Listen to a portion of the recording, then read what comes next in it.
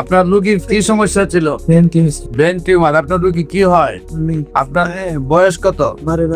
12 running. আপনার মেয়ে brain tumour কোথায় ধরা পড়ছে? কোন হাসপাতালে গিয়ে ধরা পড়ছে? প্রথম চাঁদপুরে ধরা পড়ছে, তারপরে কি কোন কোন জায়গায় চিকিৎসা করছেন? বিউটি সায়েন্সে। তখন তো ডাক্তাররা কি বললেন? ওখানে আমরা করছিলাম লেগেটিমেন্ট দ্বারা দিচ্ছে ওরা বিষ্কার সেমালিতে ওখানে করেছি শ্যামলিতে ব্রেন টিউমার অপারেশন করাইছে। অপারেশন করার পরে কি ধরা পড়লো? পরীক্ষা করছি তারপরে পরীক্ষার পরে ক্যান্সারের জীবাণু ধরা পড়লো নাকি? এখন আবার রিপোর্ট করছেন, 6 মাস ওষুধ খেয়েছেন আমাদের ক্যান্সার অপারেশন ছাড়া ক্যান্সার ধরা পড়ছে, তারপর চলে আসছেন।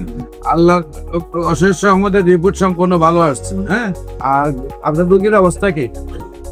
রোগীর অবস্থা আল্লাহর রহমতে ভালো। সম্মানিত দেশবাসী, বিশেষ করে আমরা কয় মাস ওষুধ খাওয়াইছে? 4 মাস ওষুধ খাওয়ার পরে রোগী সম্পূর্ণ রূপে সুস্থ আছেন। ব্রেন টিউমার রোগী ক্যান্সার হয়েছিল। আপনারা জানেন যে ব্রেইনের যে ক্যান্সার রোগীগুলা, এগুলো মূলত টিউমার হইলে টিউমারটা সম্পূর্ণরূপে খাইতে নিয়ে আসতে পারে না। 5% 10% টিউমারটা থেকে যায় এবং ওই টিউমারটা আবার আস্তে আস্তে বড় হয়ে যায়। ওনার বাবুর টিউমারটা কাটার পরে ওনার ক্যান্সার ধরা পড়ছে। আল্লাহর অশেষ রহমতে উনি দ্রুত চলে আসছেন আমাদের কাছে। এখন সম্পূর্ণ রিপোর্টে ক্যান্সার মুক্ত আসছে। আল্লাহর রহমতে শারীরিক অবস্থায় ভালো আছে নাকি? শারীরিক অবস্থা ভালো আছে।